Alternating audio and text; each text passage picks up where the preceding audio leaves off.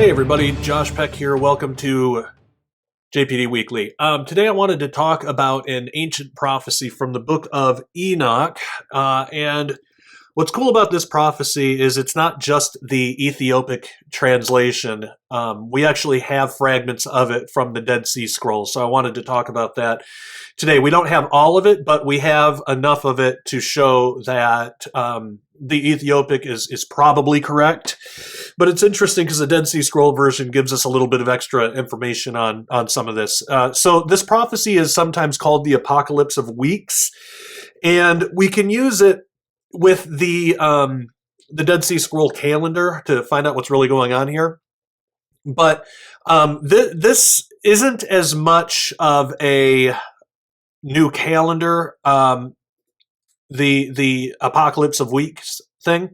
It's not so much a calendar in itself as it is just another way to kind of measure time, another way to split the totality of human history into what's called weeks. So these weeks each have 700 years. So each 700-year segment is a week, meaning every day is 100 years. And the Essenes had this idea that the totality of human history would be 7,000 years.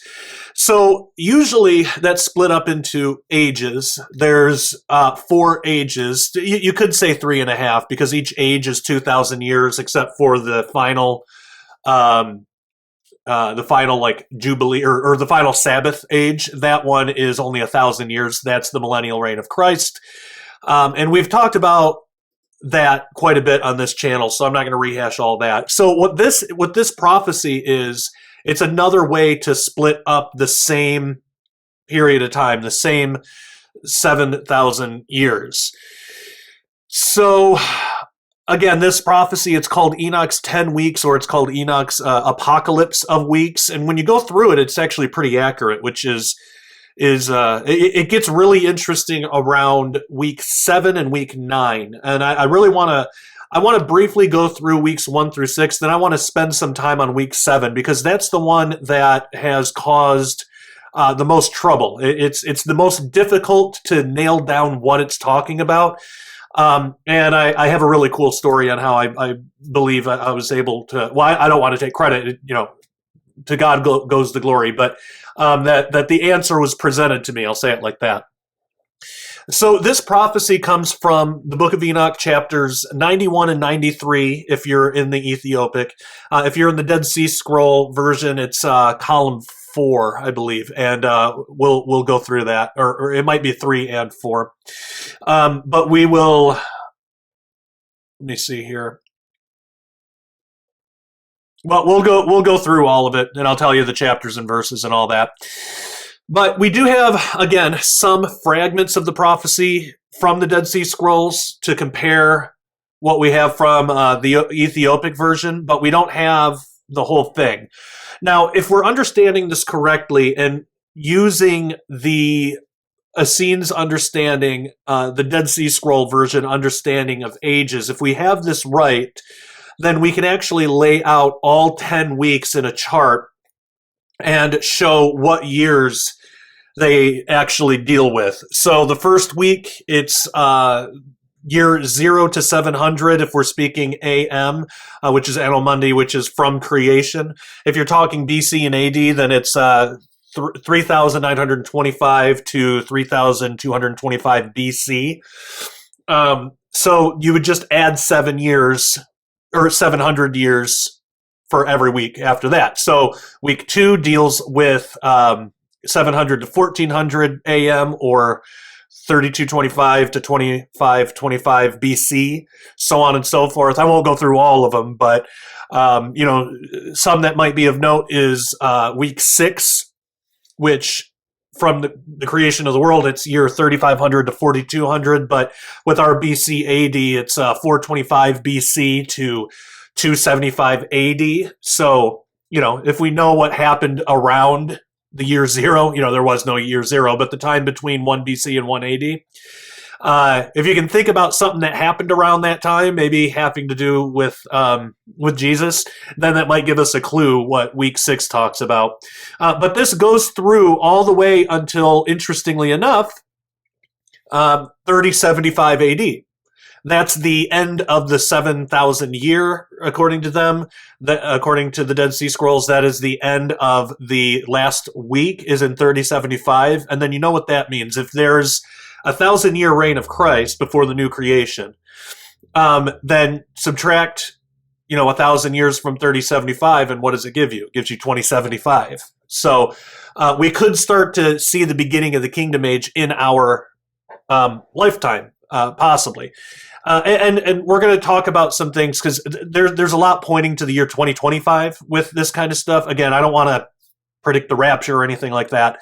And I want to be careful on how we talk about those types of predictions. We don't want to set dates, but again, there are some dates that we might want to take a look at. Now, what's amazing about this prophecy is its accuracy.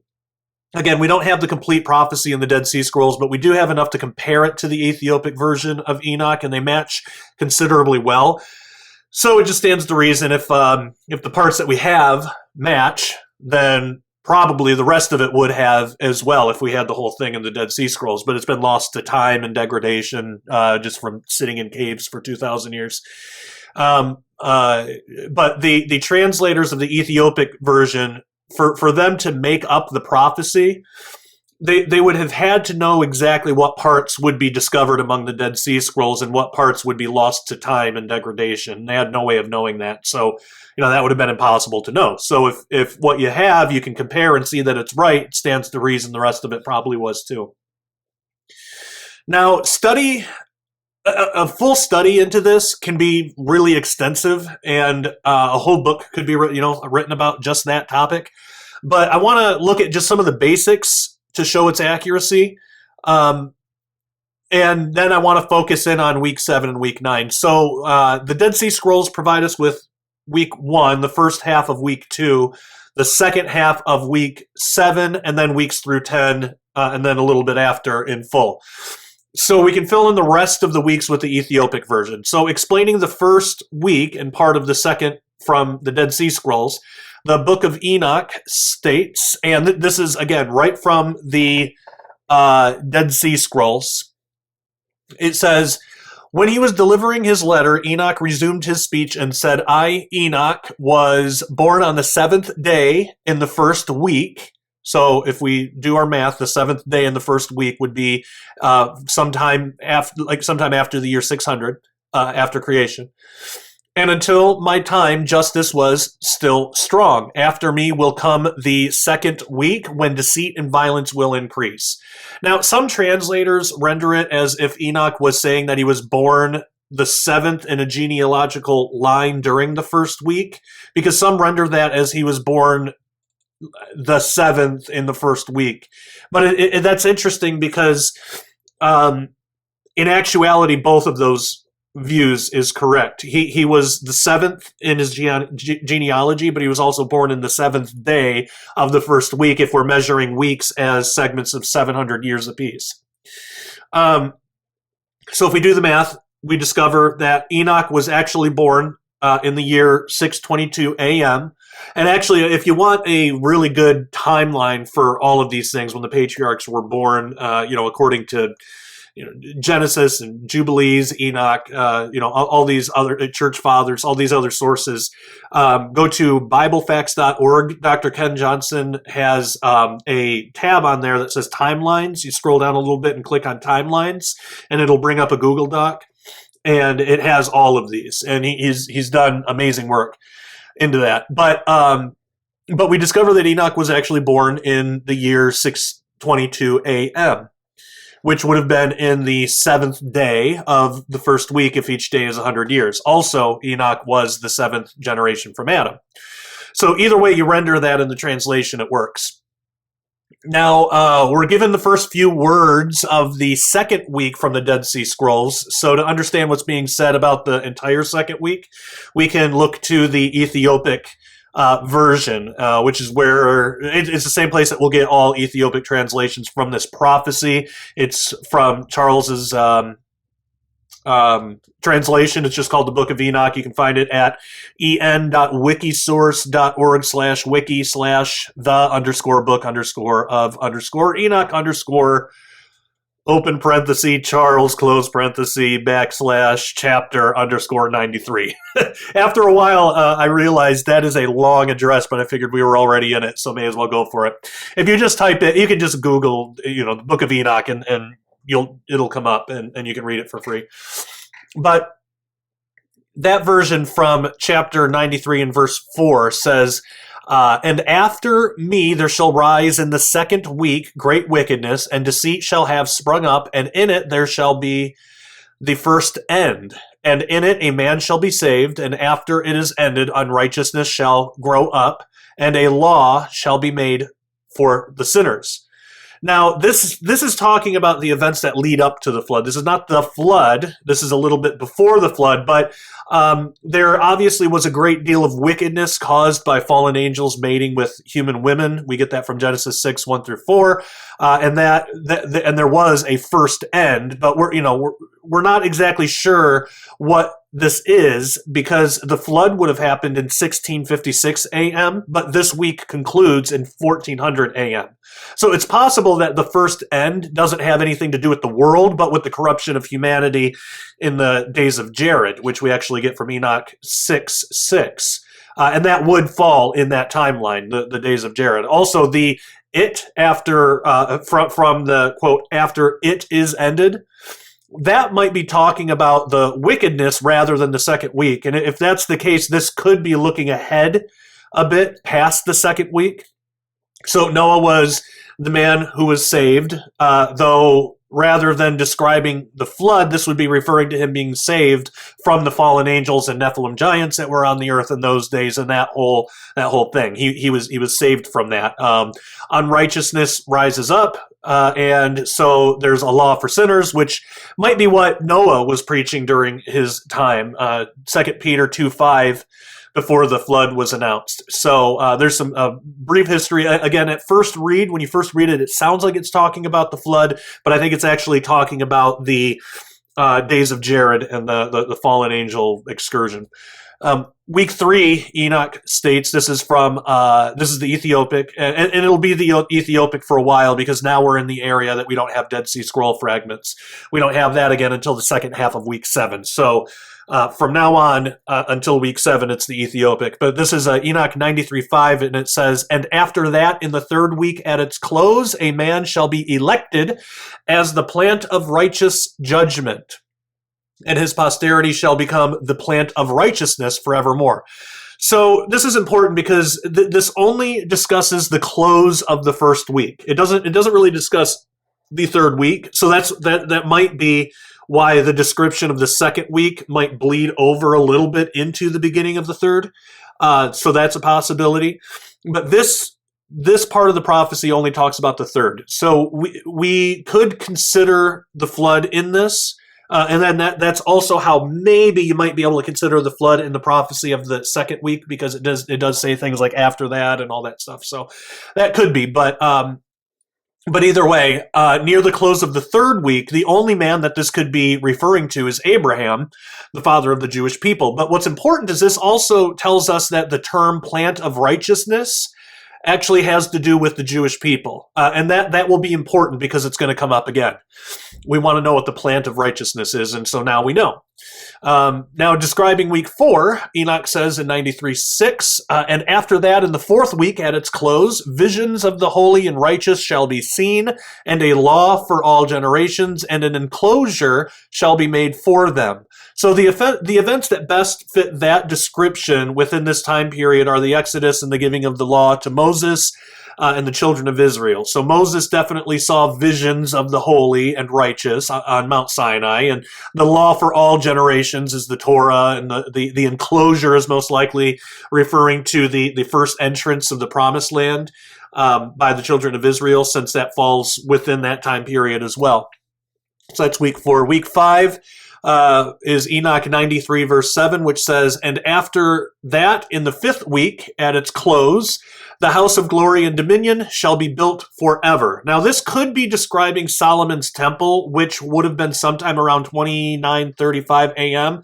However, it says at its close, and that's most likely referring to the second temple, which would have been built in 34 a.m.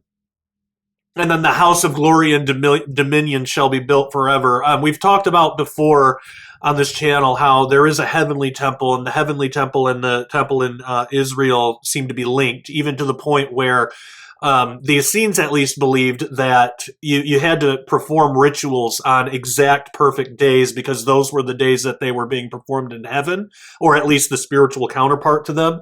And they had to match up, they had to correlate, they had to be on the same day. So that house of glory and dominion will be built forever. That could be referring to the heavenly temple.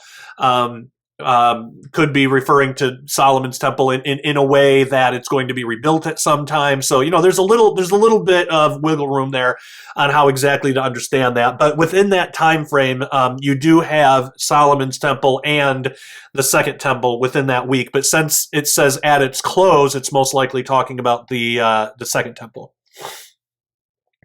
Now, Enoch 93:8 tells us about week 6, and it says, "And after that, in the 6th week, all that live in it shall be blinded, and the hearts of all of them shall godlessly forsake wisdom, and in it a man shall ascend, and at its close the house of dominion shall be burnt with fire, and the whole race of the chosen root shall be dispersed." And again, that's Enoch 93:8. Now, here's where it gets really interesting. So remember, the Dead Sea Scrolls were written at least 100 or 200 years before Christ. Some probably longer. Now, it might be easy to make everything up before the 6th week because it's history, but the Qumran community would have had the Book of Enoch prior to the birth of Christ. Destruction of the temple and scattering of the Jewish people among the nations. Yet, as we can plainly see, this is what's being described in week 6. We can just go through it again. Those who live in it shall be blinded. There is a large apostasy going on at that time. The hearts of all of them shall godlessly forsake wisdom. And clearly that happened. They forsook wisdom. They crucified Jesus because of that. And it says, "And in it a man shall ascend," that's Jesus, "and at its close the house of dominion shall be burnt with fire," that's the temple. And it was literally burnt with fire. "And the whole race of the chosen root shall be dispersed." That's the Jewish people. And they were dispersed. So again, while we don't have the exact Dead Sea Scroll fragment of week 6, we have the other fragments that confirm the Ethiopic version is at least pretty close. So because the Ethiopic version words it this way, we can safely assume the Dead Sea Scroll version would have as well. And lastly, what's really interesting about that is, again, the Dead Sea Scrolls, they had the Book of Enoch at least a couple of hundred years before Christ, probably a lot older than that. So they wouldn't have been able to just make that up. Now, we can see that all of that's being described in week 6. This is also where we make the switch from BC to AD in our current system of recording years. So you have that's like week 6 is the Jesus Christ week. All right, so now week 7. This one was really difficult. This was probably the most difficult to identify as week 7. And as far as I know, I don't think anybody else has come up with what I'm going to present to you here. So if it's wrong, you can blame me. If it's right, then you can give credit to God. I'll take credit if it's wrong. But I haven't heard anybody else make a case for this specific thing, but the more that I looked into it, the more obvious it seemed to be. So, week 7, the Ethiopic version says, and this is from Enoch 93, 9 through 10, "And after that, in the 7th week shall an apostate generation arise, and many shall be its deeds, and all its deeds shall be apostate. And at its close shall be elected the elect righteous of the eternal plant of righteousness to receive sevenfold instruction concerning all his creation." Now, what we have from the Dead Sea Scroll version says this. And again, we only have like the last half of it, but it says, But all their deeds will be at fault. At its close, the chosen ones will be selected as witnesses of the justice from the plant of everlasting justice. They shall be given wisdom and knowledge sevenfold. They shall uproot the foundations of violence and the work of deceit in it in order to carry out justice. And that, again, it's 4Q Enoch, column 4, verses 11 through 14. So, now, as we can see, we are given a little bit of extra information in the Dead Sea Scrolls, but it pretty much maintains what the Ethiopic version has. Now, many have assumed that verse 9 from the Ethiopic version here that says, and after that in the seventh week shall an apostate generation arise. Many people have assumed that that's talking about the Catholic Church in the Dark Ages, and, there's a case to be made from that. That very well could be. Islam was also around at that time. It was founded exactly in that time, so it could be Islam. But to narrow it down, we have to identify the other group mentioned called the chosen ones, who are selected as witnesses of the justice from the plant of everlasting justice, according to the Dead Sea Scroll version. So the Ethiopic version translates this as the elect righteous of the eternal plant of righteousness. Now, this is why week 3 was so important. Remember, from week 3, the plant of righteousness has to do with Abraham and the Jewish people. So we should be able to find, and this was what was difficult, and I think this is why a lot of people go to like a Catholic thing or an Islam thing, because it's hard to find a lot of like, what would this be? We should be able to find a sect of Jewish people that were called out from the majority of other Jewish people of this time that had something to do with wisdom and knowledge or an instruction concerning his creation. So this should be a substantial change from the norm at the time, as it's described as a sevenfold instruction. And again, wisdom and knowledge sevenfold. Now, I want to tell the story about kind of my journey through this part of the prophecy. I remember months ago, from the time of this video, this was months ago, I was kind of puzzling over this prophecy. I could not figure it out. I was listening to Dr. Ken Johnson's work because he's got a really, really good video. It's just audio only, but it's on YouTube on Enoch's 10 weeks. And I think he nailed it on all of them, but even this one, he admitted he didn't know. He didn't know what it could be, but he believed that it was true because all the others were so true. And I've read a lot of blogs and articles, and a lot of them go to the Catholic Church. And I originally thought that might have something to do with it.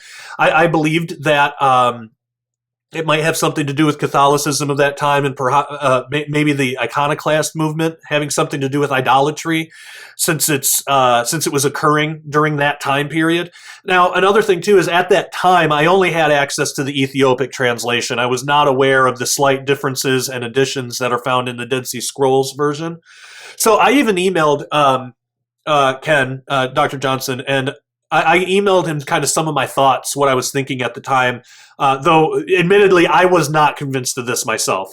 So I was presenting this interpretation, but even to me it was like, I don't know. So I'll read you actually a little excerpt of that email. This is just an excerpt. It was a longer email, but just kind of the crux of what I was getting at is I wrote, the only thing I can find that remotely fits this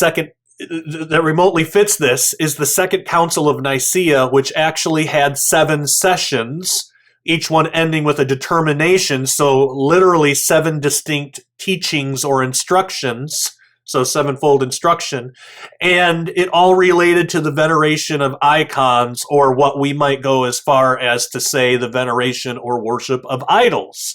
The second commandment says not to make, worship, and serve any graven images of anything in heaven, earth, or in the sea, basically all of creation. So maybe that's the all of creation part.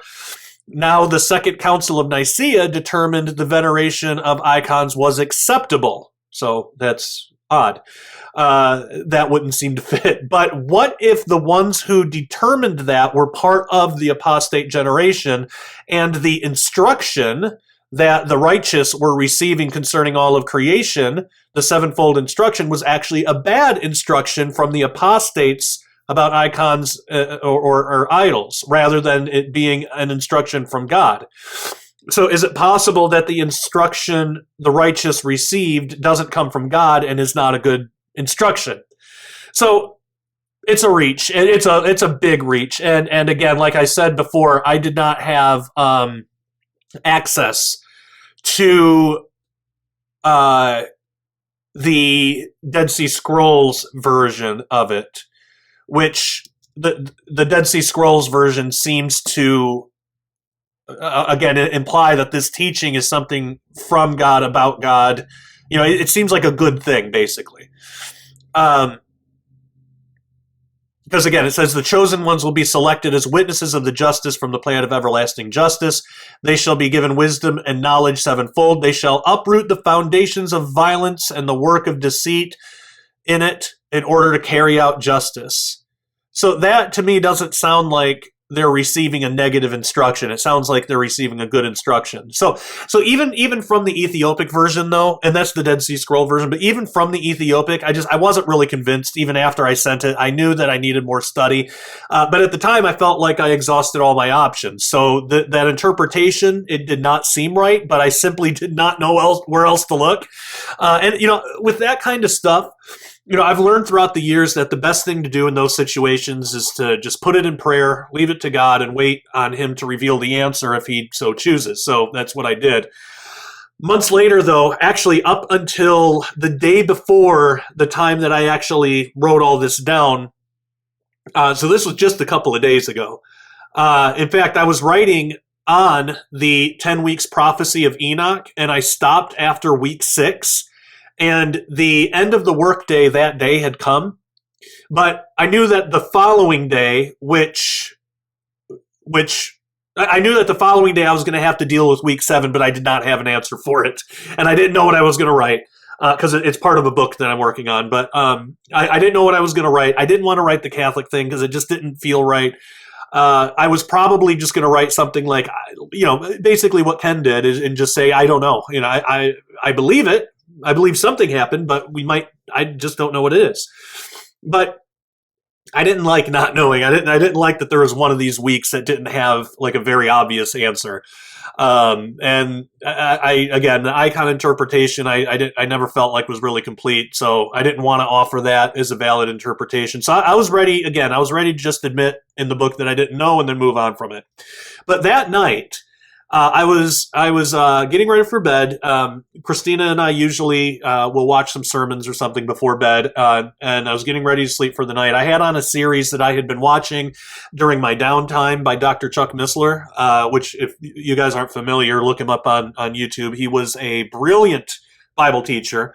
He went home to be with the Lord in May of 2018, but the series was on the book of Colossians. So it had absolutely nothing to do with Enoch, nothing to do with Dead Sea Scrolls, had nothing to do really with anything about Enoch or the 10 weeks or prophecy or any of that. So I was about halfway through the series, probably around session 4 or 5, and then all of a sudden, just like at random, but it was still too precise to be just chance. This was a God thing. The answer about Enoch's 7th week came right on the screen. It was just like right there, presented to me, just given to me. But the funny thing is, Dr. Missler was not teaching anything about the book of Enoch, and there wasn't any indication that he even knew that this teaching had anything to do with that prophecy in the book of Enoch. So I paused the TV after his explanation, and I'm going to get to that in a minute, but I paused the TV. I turned to Christina, my wife, and I said, that's it. That's Enoch's 7th week. And so I quickly made note of it in my phone for the following day, and then I turned back on the session. But I had the answer, and I was excited. So about an hour later, in the next session, another interesting bit of seemingly coincidental teaching came up. Dr. Missler started describing a practice that every Christian should begin doing in light of a familiar Bible verse, John 14:26, that says, "But the Comforter, which is the Holy Ghost, whom the Father will send in my name, he shall teach you all things, and bring all things to your remembrance whatsoever I have said unto you." So Chuck Missler suggested that anytime you come across an unfamiliar verse in the Bible and you don't know what it means, pray to God for the answer, remind him of his promise in John 14:26 that the Holy Spirit will teach all things, and then wait. After praying and while you're waiting, Dr. Missler said to keep record of the verse in a personal journal for later use. It's just for you. No one else is going to see it. Although I'm putting this out here, but he said it likely won't happen right away, but eventually that God will reveal the answer to you, and it'll most likely be an unexpected way. So you might overhear a conversation, or a thought might come to you while you're eating dinner or something like that. But somehow God will provide the answer, and when He does, Chuck Missler said that what you do is you find that spot in your journal with your original question and write under it how God taught you the answer, and then keep doing that. And he said that the reason for this is because there will be times we as Christians are going to go through doubts and difficult times. And when those times come, pick up that journal and read through the many ways that God has tutored you throughout your life. Now, what's amazing about that is, unbeknownst to Dr. Missler, he just happened to say this right after he inadvertently gave me the answer to a question I had been spending months trying to find. He was one of those unexpected ways that the Holy Spirit was teaching me, and then the Holy Spirit confirmed it by saying that, by Chuck saying that next thing about writing it in a journal and keeping track of how the Holy Spirit will teach you. So that blew my mind. Dr. Missler recorded those sessions over a decade before God used them in my life. And I'm sure that God's used them and used those recordings in various ways through an untold number of lives since the time of their recording. But because of this, I decided to take Chuck Missler's advice and record this story in the book that I'm writing and in this video that I'm recording. And hopefully that will, not only be an encouragement to me should I ever run into my own season of doubt, but that it'll also be an encouragement to others as well. So hopefully you guys will be able to get something from that. We may not always be able to recognize how God is teaching us things throughout our lives, but we can be assured that He is. And we also may never know how God is working through our lives for the benefit of other people. But again, we can be assured that if we follow His desires rather than our own, He can use that obedience in really amazing and impactful ways. So all that being said, here's what Chuck said. So Dr. Missler was discussing the history of the Karaite Jews.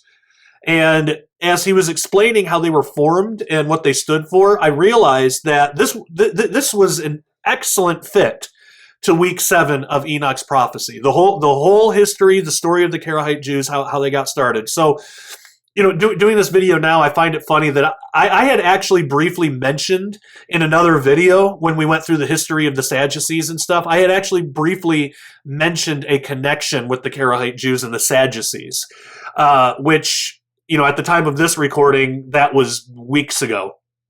And it's funny because had I continued on that trail of research, I might have come to the answer of Enoch's 7th week back then, but the Lord has His perfect timing for everything, so it just wasn't the time for that.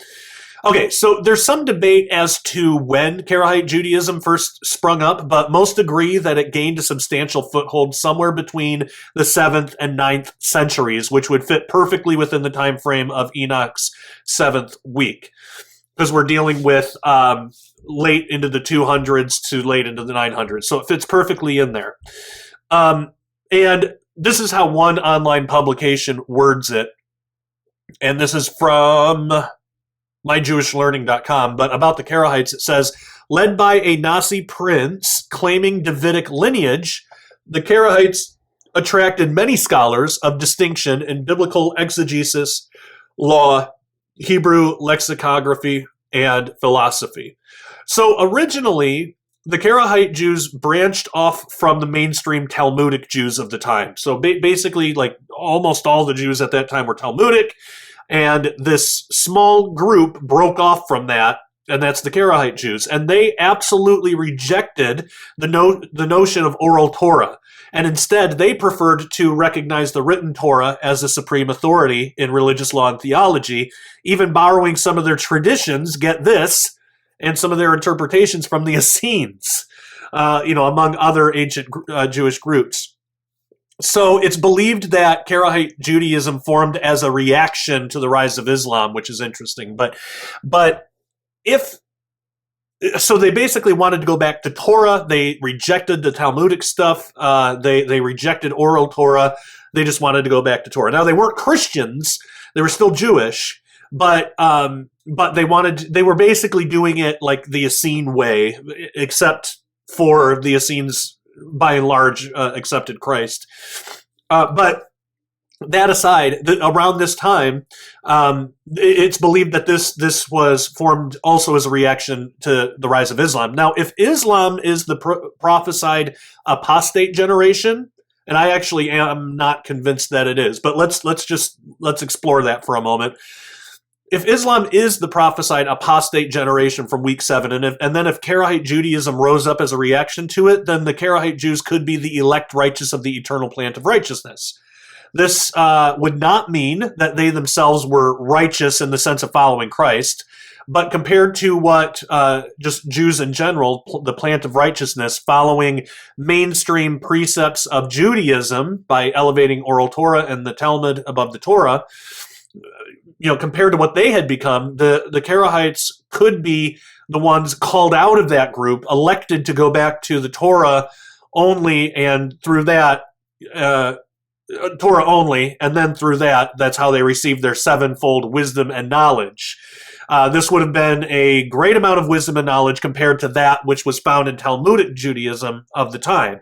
Because again, Talmudic Jews, they elevate the Talmud is like the written version of the oral Torah, so they'll lift up what ancient rabbis have said. Like it's sort of like taking your Bible commentary and then lifting that above the Bible. It's sort of like that. But that's what they do. So the Karaites rejected that idea, and they decided they wanted to stick with the Bible. And they didn't, they would consider commentary, but that it wasn't above the Bible, and it didn't dictate how we have to interpret things and stuff like that. Now, on the other hand, though, getting away from the Islam thing, verse 9 of the Ethiopic version, that might not be describing Islam or Catholicism at all. I think there's actually a much simpler interpretation. That might be describing Talmudic Judaism itself. Because remember, and we did a video on this a while ago, but this form of Judaism, Talmudic Judaism, it sprung up after the destruction of the temple in 70 AD. It was formed from surviving Pharisees. So when we look through history, ancient Pharisees were certainly violent. One only needs to read through the pages of the 4 Gospels to discover that fact. They were certainly violent. They have a tradition and a history of violence. So if Talmudic Judaism formed from ancient Pharisaical Judaism, and if that's the apostate generation, then it would make sense how the Karaite Jews would fulfill the rest of that prophecy. So again, if the Talmudic Jews were the apostate generation, that's the apostate generation that rises up, just like you could say the Pharisees were the apostate generation that rose up in the time of Christ. But if that's the case, then we can see how the Karaites would have fulfilled the rest of the prophecy, because not only were they given a sevenfold instruction concerning all of creation, which, again, that would have been gained by putting the Torah, including the book of Genesis, which is all about creation, that would have been gained by putting the Torah and the book of Genesis, including that, above Talmudic interpretations and traditions.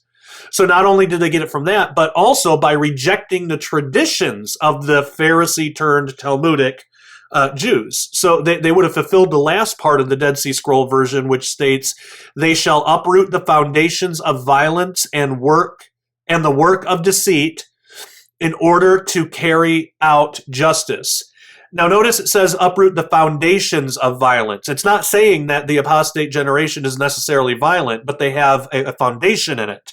So we're not saying that the Talmudic Jews were necessarily violent, but the Pharisees, where their foundation is, they were violent. So it's saying that this group is going to uproot the foundations. They're going to uproot that foundation, that tradition of violence, and the work of deceit. And why do they do it? They're doing it in order to carry out justice. Now, the foundation of violence and works of deceit, again, that would be found in the Pharisees. So by rejecting Talmudic traditions, the Karaite Jews would have been uprooting that Pharisaical foundation. Other translations translate that final part as to pass judgment on it, rather than to carry out justice. So to pass judgment on it. Now, given that, we can definitely see how the Karaite Jews passed judgment on Talmudic Judaism. Here's what an online source. Again, this is. Oh, you know what? The first thing that I said about that was from Jewish Encyclopedia. This one is from my Jewish Learning. But it says the best part of the Karaite intellectual effort was directed at proving the errors of the Rabbinites, that would have been the Talmudic Jews of the time. Their critical acuteness and thorough knowledge of rabbinical doctrines ensured the high level of their polemics. Their religious attack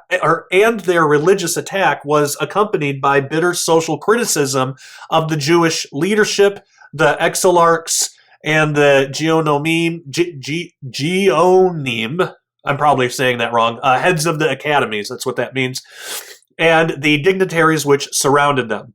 End quote. So this is why, in my opinion, Enoch's seventh week is likely not describing Catholicism or Islam at all. Though, admittedly, that's still a possibility, still could be that. But I think a far more likely and simpler explanation of the entire seventh week is regarding the rise of the Karaite Jews, Judaism, the Karaite Judaism, the elect righteous of the eternal plant of righteousness. That's a small subsection taken out of a larger subsection of something Jewish. And that's why I kind of lean away from the Catholic and Islam stuff, because this seems to be, because of the plan of righteousness and all that stuff, that seems to be talking about Jewish things here. And I believe that was done. God used that to pass judgment against the Talmudic Judaism of the time, the apostate generation.